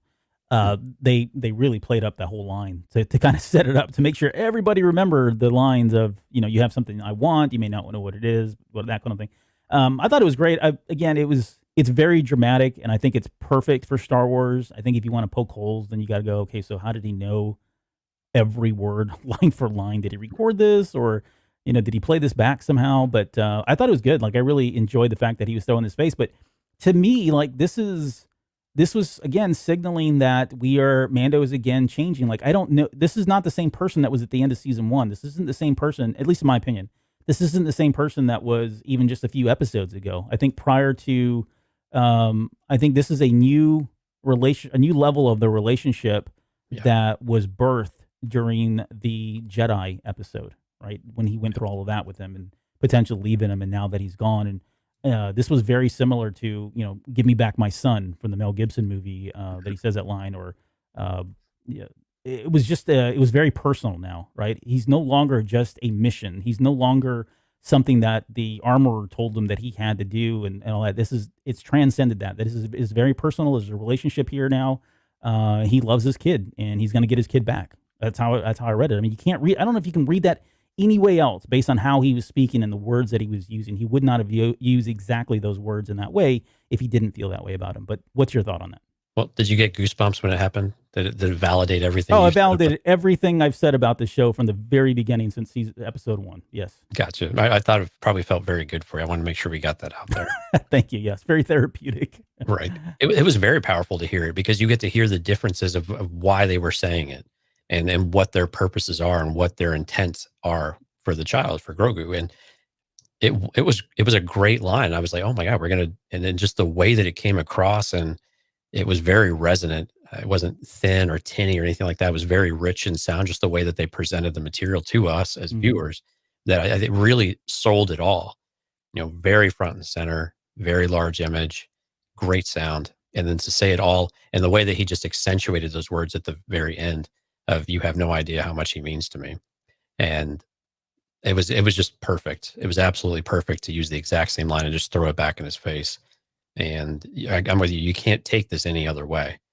And you probably could, but you miss the point if you do. Yeah, no, I'm sure people did. Like, I'm sure there's people out there still saying, there's going to be a season without Baby Yoda, right? Or he's just a temporary character. It's not. Maybe, but we didn't think there was a chance he was going to survive or really go into season 2 at some point, right? So who knows what they're going to do with this child? He's part of the crew, and he's part of him now. So it's really difficult to know to see him not there now, which means they'll probably do something odd. But it's really odd though to see Gideon, who's been the hunter, and all of a sudden you see that he's the hunted. And it goes back to the line that what's her name, the armorer, says back in chapter 3 or whatever. Yeah, right? hunter and prey. Yeah, being a Mandalorian, you're both hunter and prey. Yeah, and it's great. I mean, because it's just the swinging of things, and now he's on notice that I'm coming for you. He's not real secretive about it, and I don't know if Gideon really particularly understands that he knows where he's at, but I probably wouldn't want to be on the other end of that. Now, Gideon should have confidence though, right? Gideon's got a little, group of dark troopers, at least 10 or 12 that we've seen, if not more. Yeah. He's got a giant Imperial ship, so it seems like he's got all the weapons that he needs, and whatever he's doing with the child at this point might be something that is useful against Den and company. So, but I love that we finally get this. We get this shift of momentum. We have this little band of people who have zero fear about presenting themselves and say, "Hey, we're coming to get you." Yeah. It was very much like Taken and every other movie where someone's coming after their child. I will find you and I will kill you. Right. Well, Music Train, he said, I was thinking that he shouldn't have given away that he knew where Gideon was. And I think that's an important aspect. Like, I think that's going to play into this heavily. I mean, it may speak to the confidence and or the arrogance of Mando and his team. But, they're the heroes and they've gotten this far together. So I don't fault them for doing that. But at the same time, yeah, I mean, if now he's, Gideon's in the defense, right? So he's got time to set up a defense, and he's got, I guess, the high ground, if you will. So I'm wondering, like, what's going to be the X factor here? What's going to change that's going to allow them? Like, I've got a lot of questions about how are they going to board the ship? Like, what if, if Gideon's in space? Make an assumption first. If they're in space, and what's to stop if they're in hyperspace, or they just leave their coordinates now? Then what's the big deal, right? That they're not going to find him. So now we got to go through this whole thing all over again. My gut tells me they're going to be somewhere, though. Whether that's Camino, which I think would be a likely candidate because we know that they're taking him to Dr. Pershing. I'm just assuming the Pershing's on Camino because that's, the patch and all that stuff. But it feels like if they're really going to confront Gideon, I don't think it can be in flight. I guess does that make sense? In flight. Like, I don't think it can be in space. I have a theory for you, though. Okay. We do so many callbacks to all the other movies. What if they're going through an asteroid field or something, and Slave One is just floating out there and then attaches to the ship? I mean, it sounds really campy and so on the nose, but with everything else we've seen, it seems like it's on the board at the very least, right? Right. I don't see why it wouldn't be on the board. So could you just floating out with the trash? Sure. And except this time you've picked up some trash rather than dropping it off. And we've seen this happen in other episodes of Star Wars, not just Empire Strikes Back. So yeah, and on Attack of the Clones. So I think that's entirely possible too, to do it in space. Otherwise, I'm with you. They've got to be stationary at a planet. Kamino comes to mind very quickly. They may have another cloning planet that they have an idea for to introduce us to something new, but I think it'd be fun to even if we're just above Kamino, just to have it would be kind of neat, and have it referenced and have some idea of what's going on down there would be pretty cool. It would be cool. I've almost got money down on they're going to just pick them up with the trash. That would be great. Or maybe we get some flavor of Slave One that we've never known about. Something that has, right? I don't know, a cloaking device, something really like far out there that they're going to use that Boba Fett would have exclusive to him. I mean, he's got to have like the best stuff on his ship since he's a notorious bounty hunter and he was able to track Han Solo of all people. He was able to track Han Solo down. So, you know, there may be something there they throw, which would be great because that would just, you know, add to the prestige of a ship like Slave One to know. And that's actually a really good point, because we heard a reference to, you know, a ship that size doesn't have a cloaking device back in the original trilogy. Yeah. But we've never seen a ship with a cloaking device in canon, at least. And even in EU, they were pretty rare. And because I think they were illegal, if I remember. Maybe maybe I'm blending this with I think it was in Legends. No, yeah, Legends had something too, yeah. But I like the idea of that because we've never seen a cloaked ship. And so you're right, maybe there is something to that. Yeah. Oh, hopefully. Otherwise, yeah, it's probably a land battle. But I do want to see like this. I want to see the multi-leveled Star Wars recipe, or the recipe for like multi-fights, right? Fronts going on at the same time. And in my head, you've got Gideon and Mando fighting, you know, Darksaber versus Beskar Spear, right? That's going on. Then you've got Cara Dune and Fennec doing their thing. I don't know what that is, but they're having their own battle there. And then you've got somebody like Boba Fett who's just ripping people apart in the air with some kind of aerial, you know, space battle, or, you know, in the sky kind of battle. Hopefully we get more characters and that just expands upon all this, right? If we get like this whole collaborative, we're all coming back to help you out, a la Endgame, right? Where they're coming through portals and showing up to take on this, you know, that would be really good as well. But somebody has to contend with these freaking Dark Troopers, and that seems like it's going to have to be a heavy hitter. So maybe it is somebody like Ahsoka, or maybe it is a number of Mandalorians that have come back under Bo-Katan to help out as well. And so you've got Mandalorians fighting, you know, Dark Troopers or something. But yeah, do you want Boba in the ship with a battle, or do you want him on the ground in a battle? Which is more satisfying to you? Because I'm probably in favor of Slave One more than Boba, right? Like I want to see Slave One do more than we've ever seen it do. Like we've only ever seen it, like at least in because we saw it in Clone Wars, right? But in Rebels, no, it never came up. But I would like to see a live action space battle fight or dogfight with Slave One more than Boba Fett, because I think we got Boba Fett on the ground already. Like I don't know that we need to see that again. Now I'm not going to complain if they do, right. But then I question. Okay, so who's in space then? If we're not, I mean, that seems part of the recipe, right? That you've got a space battle going on. So who's that going to be, right? I don't know. Maybe it is. Maybe it's somebody that we're not thinking of yet, or it's any one of the ancillary characters that we've talked about that are kind of holding that front. But I do like the idea of Mando putting a call out, you know, and then seeing who answers. And it would be great if Bo-Katan and them do come out. At some point, though, it seems like do you do an assault on the ship, or like you said, do you do an assault, you know, Battlefront 2 style on Kamino, and you're going up all these ramps through the rain and everything else, and you kind of go big with all of the effects and all of that. But I'm with you though. I really missed the multifaceted battle and the climactic battle where you've got multiple things going on, and you have to follow them all, and you get pieces of them, and you break right when it gets exciting, and you just build up this momentum and this just feeling in your chest, and then all of a sudden you get that resolution that feels very satisfying from that respect. And I really like that. I would like to see it. I don't know if we need 3. We could probably do 2 and still get the same feeling from it, and it'd be a little tighter. You don't have to set as much of it up, or you don't have to, maybe you can use your time a little more wisely to flush that out.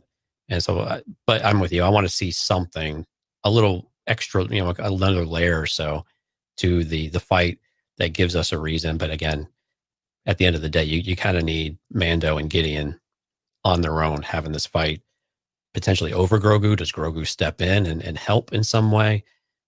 Something to that effect as well. Mm-hmm. And real quick, we did get some corrections in the chat. So Anakin flew a cloaked ship against Trench in the Clone Wars. Oh, in the Clone Wars. We stand corrected, yes. I forgot about Trench. I love that guy. Like, he's one I want to see in live action, although I think he's dead. He's very dead. He's very dead. Anakin shot him. He's a spider guy, if anybody's wondering. There's part of me too, like when we've talked about this, probably speculated ad nauseum at this point, but the X factor, I think, in all of this is going to be if whoever was whoever answered Grogu's call or had that, who communed with him, whether or not that person would show up. And we've already talked about it, so and we're getting short on time, so I don't necessarily think we need to rehash a lot of that. But Mace Windu seems to be coming up even more. I think after the Lucasfilm presentation, having him front and center, like on the bottom left-hand corner there with his face large, I think that set a lot of people off. Like they were, again, telegraphing that this was coming.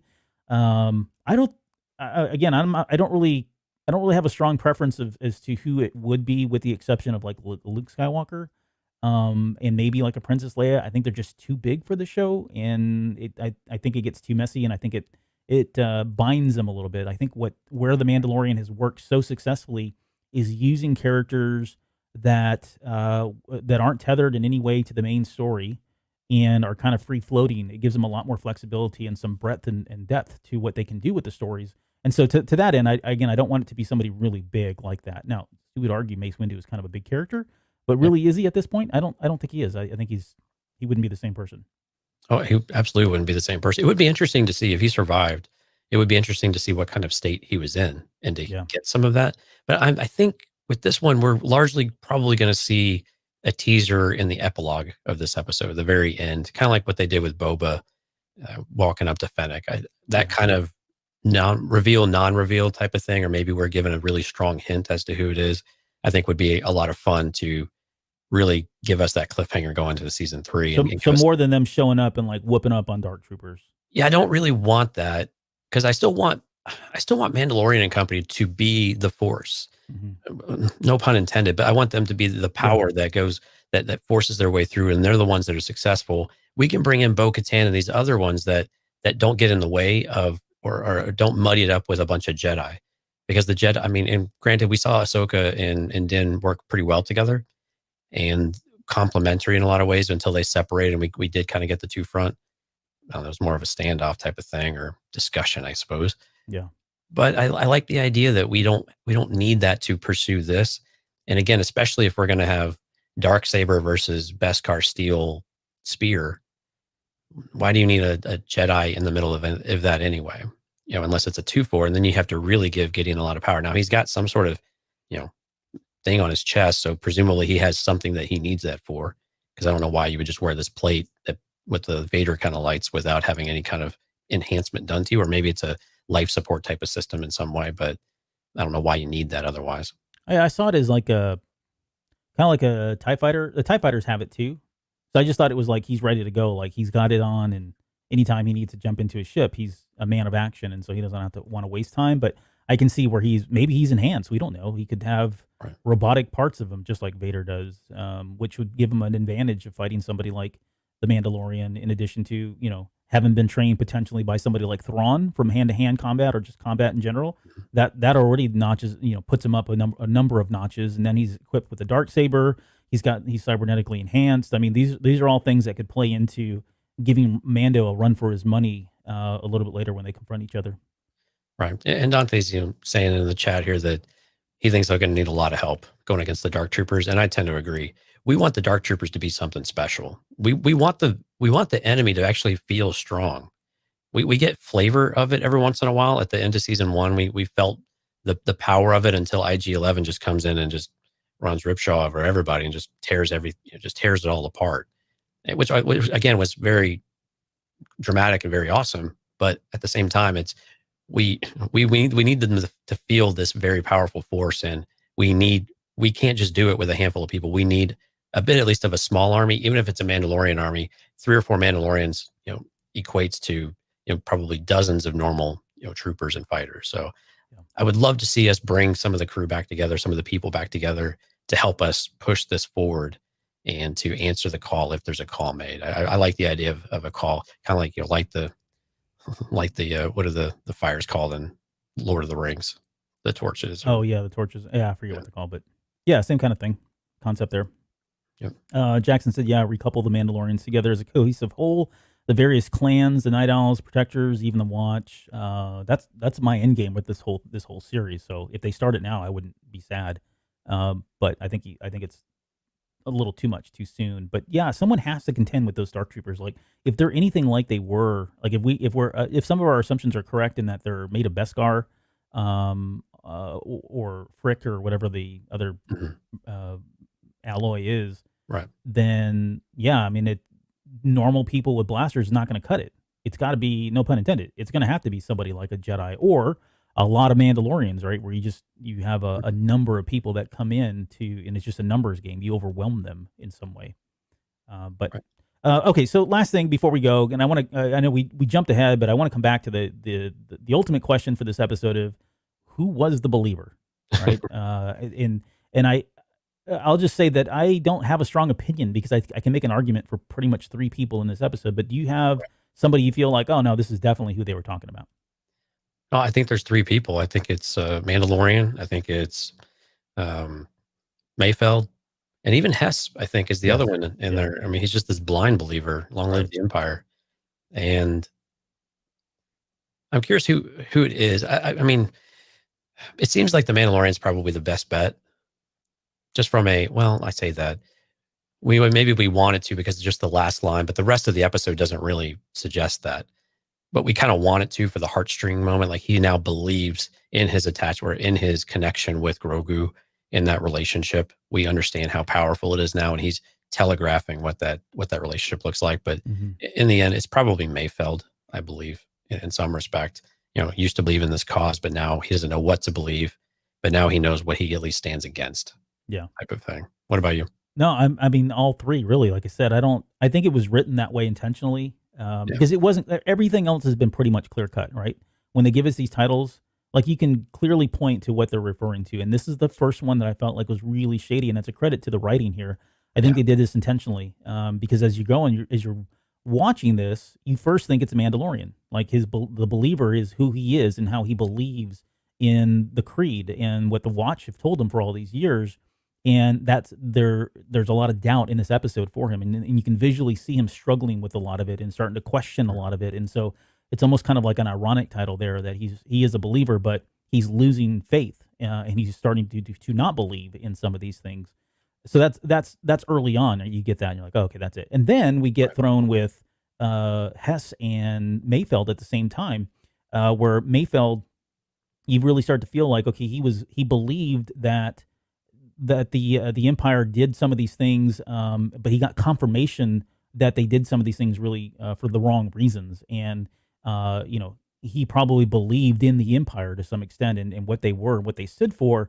And this was a big confirmation that he should not have believed that, right? It was a big kind of slap in the face, and the realization that these guys were the bad guys and not the people that he once thought. And on the other side, which is probably the easiest one to get to, is that you have this zealot who believes 100% in the Empire, and he is one of the privileged, right? Or what was the word that the Empire used again? Or sorry, that Emperor used? Right, the worthy. The worthy, yeah. Like he was one of the worthy, and he believes strongly that the Empire is going to rise again, and that Emperor Palpatine is going to come in and save them, and they're going to be as strong as they were, if not stronger, and all that, right? So I think that was the easier one to get to, but at the end of the day, I think you can make arguments for all 3 of those, and I think that's probably what they were going for. I don't think there's a clear-cut answer. Now, I would like to hear from them. My guess is they're going to say it's art and it's up to the interpretation. It's up to your interpretation, however you want to take it. That's probably the easy way to do it. But somewhere, I think they have an opinion. I'd like to hear those opinions themselves. Yeah, if you figure one's going to come out, it might be here when we record this on Sunday. And we tend to get a lot more information Mondays and Tuesdays now that you've had the weekend to digest the content, and we kind of take the spoiler cap off off of things and say Right. it's out in the open. So usually we get a little bit of clarity as the week goes on. So yeah, maybe hopefully we'll hear from Rick Fumuyama. Yeah. Did he say it again? Or Favreau. Or Favreau. Yeah. Yeah. I'd like to hear from Rick, just different perspective on it. Because the way that he's shooting and directing it, they have an idea of what they're also trying to frame up and what they're trying to suggest that ambiguity. Or, Dante was saying it doesn't have to be one, even though it's the believer singular. I mean, each can be the believer of their own cause of sorts, or their own space. Yep. Okay, well, that's gonna do it. I think that's the last thing we got. Yeah, that was it. I don't know, man. This is like big time now. I'm waiting for this. I mean, this Friday can't get here soon enough. I know there's been a lot of talk about how long this episode would be. I don't think it's going to be over an hour. I think that would be unprecedented if it were. It feels like it probably is going to have to be a little, unless they jump right into this, which they've already done many times before. Right. We could be looking at a 40-minute episode and be out and done in 40 minutes. My gut tells me it's probably going to be a little bit longer, just because you may get about 40 minutes worth of the battle itself and all this confrontation, but they're going to need to wrap up some stuff and kind of leave, like you said earlier, leave us hanging, give us something to bite down on to hold us over until season 3. So, I'm thinking maybe 45-minute, 50-minute range is probably it, but I can't see them going over an hour. I can't either. We've seen some folks suggest an hour and 20 minutes, which is very surprising considering we've had 35-minute episodes. That's a bit dramatic on that one. And we don't really have a lot of story to tie up. I think that's why I think that way of, we can still do this within a 40 to 45-minute range, maybe 50. But I think we'll probably still come in this 40, 45-minute range and be able to do it. We don't, in general, the show isn't so deep that we have to go and explain a bunch of things and resolve a bunch of problems. We don't have all of that complexity, right? It's a bit of a more streamlined show. I'm not saying that it's simple and it's not, thought-provoking or anything like that. But it's a little more straightforward, right? We can look more into it, but generally the story is relatively straightforward, and we don't need to complicate it of sorts. So I don't think that they need to do that to where we don't need to do a lot of, extended, additional exposition to set anything up. And I'm with you. I think that we're largely going to probably move right into it. We're going to come right into them finding the ship or something very close to that, and we jump right into how they're going to sync up and make that plan to get on board the off of Gideon's ship, and we're just going to plow right into it. Yep. Yeah, I think so too. I think it's going to open with us going right into the battle or setting the stage for it. So right. Yep. Okay. Well, with that, we'll leave it there. Thanks again to everybody who joined us for the live recording of the show. Great conversation and dialogue from all of you. So thank you for that. We will be back here on Sunday night, and then we do some live. You want to talk about the was it the group viewings or? Oh yeah, on Friday evenings we get to we post a link out there in Discord if people want to come and join us on a group watch of the episode in the evening time. We know some people like to stay up overnight on Thursday and watch it on 2 a.m. Albert and a number of other folks are in our Mando channel on Discord. But if you want to come out to Discord, eargluemedia.com/Discord. We post a link out there it depends on if we've got something else going on, but usually we either watch it about 8 or 9 o'clock Central Time, so 9 or 10 East. And so if you're interested in that, we only can get 6 people in there at a time, but if we get a big enough group, we start a second one, and it's a good time, and we kind of have different people in and out of it, so it's a lot of fun. And if you want to join us and talk about the episode and chat while we watch it, welcome you over there to do it. So we hope to see you over in Discord and chat with us. We've had an influx of people, so it's been fantastic seeing some new faces in there. Yes, absolutely. Okay, well, we'll be back next week to do this all over again. And thanks for joining us, and we'll see you guys next week.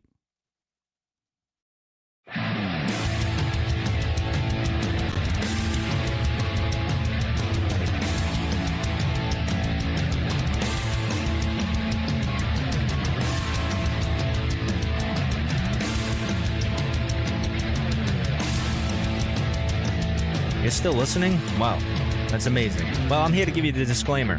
Normally we do a big, long, drawn-out disclaimer thing saying what's what and who's what and all that other stuff, but I think you guys kind of know that Lucasfilm and Disney have no affiliation with us at all, and we have none with them.